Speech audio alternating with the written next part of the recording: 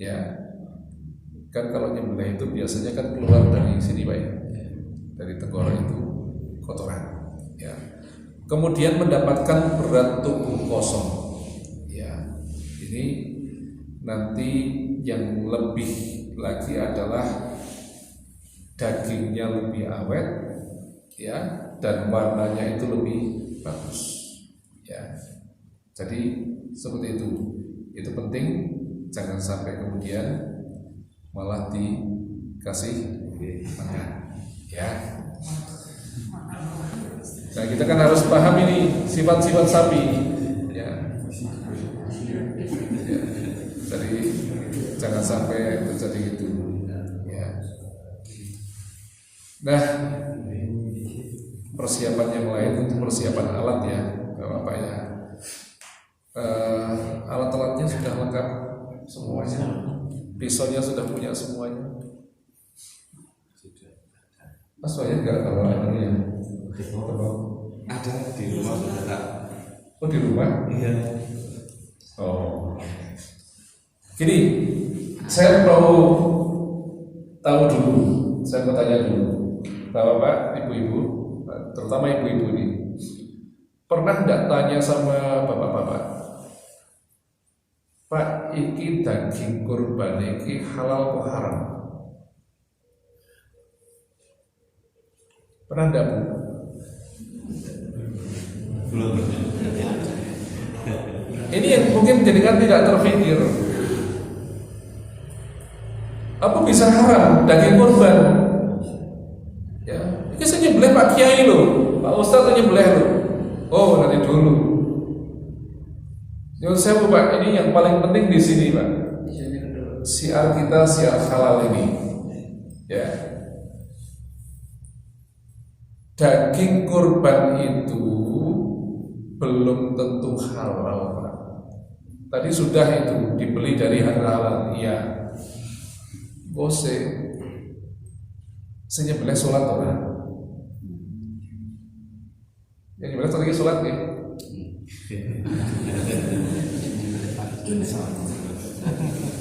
Mau bismillah. Oke. Yang ketiga, terputus enggak 3 saluran itu. Makanya saya butuh depok itu jadi 3 saluran itu terputus sudah.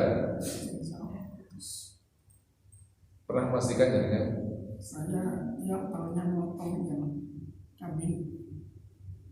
Mas jauh tahun ini kan? Sini. Coba tolong Mas. Oh, oke. Kalau besok Kalau besok? Buatan. Oh. Yang ketiga adalah apa saluran apa yang terputus kembali? Apa? Saluran makanan, saluran nafas, dan saluran darah. Saluran darah itu ada dua kanan, kiri, arteri, ada vena.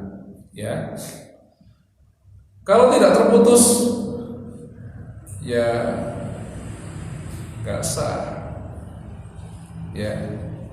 Jadi ini penting Pak. Penting ibu-ibu harus tanya itu Bu. Pak, jadi kan ini masalahnya adalah yang dimakan oleh masyarakat.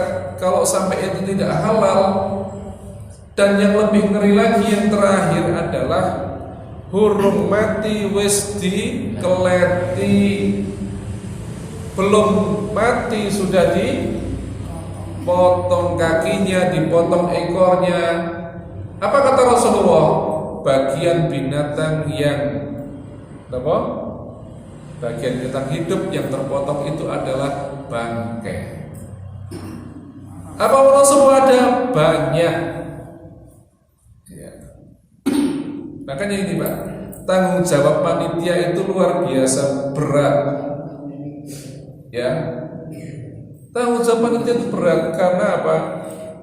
Harus menentukan kehalalan dari yang diberikan. Percuma kalau enggak masyarakat memakan daging haram. Ya, jadi pisaunya itu harus betul-betul tajam, karena itu bagian dari ihsan. Kata Rasulullah, kalau kamu menyembelih maka gunakan pisau yang tajam. Ya, pisau yang tajam itu ukurannya seperti apa? Sinten sing bagiannya beleh? Oh, jenengan kan bukan pisau yang apa, Pak? Ya. Jadi seorang dia terima pelatihan nih. Dulu di kursus sama Mbak Komedi almarhum. Oh, besok ikut Pak, daftar sama Mas Hadi. Tanggal 2. Ya. Yang satu Pak Sudirman. Jadi gini, ini baru pisau ini. Pisaunya harus tajam. Bagaimana mengukur ketajaman pisau? Ya. Ini yang nyembelihnya harus pahami ya. Ketika dia dengan mengeluarkan pisau itu baca bismillah. Boleh enggak bismillah, enggak ada nilai ibadahnya, Pak. Ya, kita tahu ibadah. Ini ada bagian yang tumpul, ada yang bagian tajam. Ketika mengeluarkan, dorong di bagian yang tumpul, jangan di bagian yang tajam. Jadi gini kan Pak, bagian yang tumpul. Ya. Bagaimana cara mengukur ketajaman? Kan harus tajam Pak. Ya. Jangan tidak tajam. Ya. Ya. Kita lihat, pakai kertas, ya. Sehingga apa? Nggak usah pakai kemudian rambut atau apa. Ketika ini sudah ini insya Allah tajam gitu. Jadi pakai kertas. Ya. Kalau belum begitu, belum tajam bisa dengan. Ya. Karena apa? Ya ini harus betul-betul paham. Ya. Pertama pisau harus tajam. Pisau mau pisau lokal seperti ini boleh. Ya. Mau pisau impor berapa panjangnya kalau untuk nyembelih? Ini antara 25 sampai 30 cm. Kalau lebih dari itu saya pastikan susah. Apalagi jangan sampai ada gagah-gagahan kemudian pakai pedang. Ya. Bahkan kita nyembelih sapi itu cukup dengan apa ya? Segini aja sapi itu. Ya. Jadi nggak usah kemudian jangan pakai kayak pedang dan sebagainya itu malah diguyur. Nah ini ya, ini kita lihat ya, kita lihat kalau kita nyembelih yang jauh ada di sini apa? Bisa. Tapi pastikan gini ya.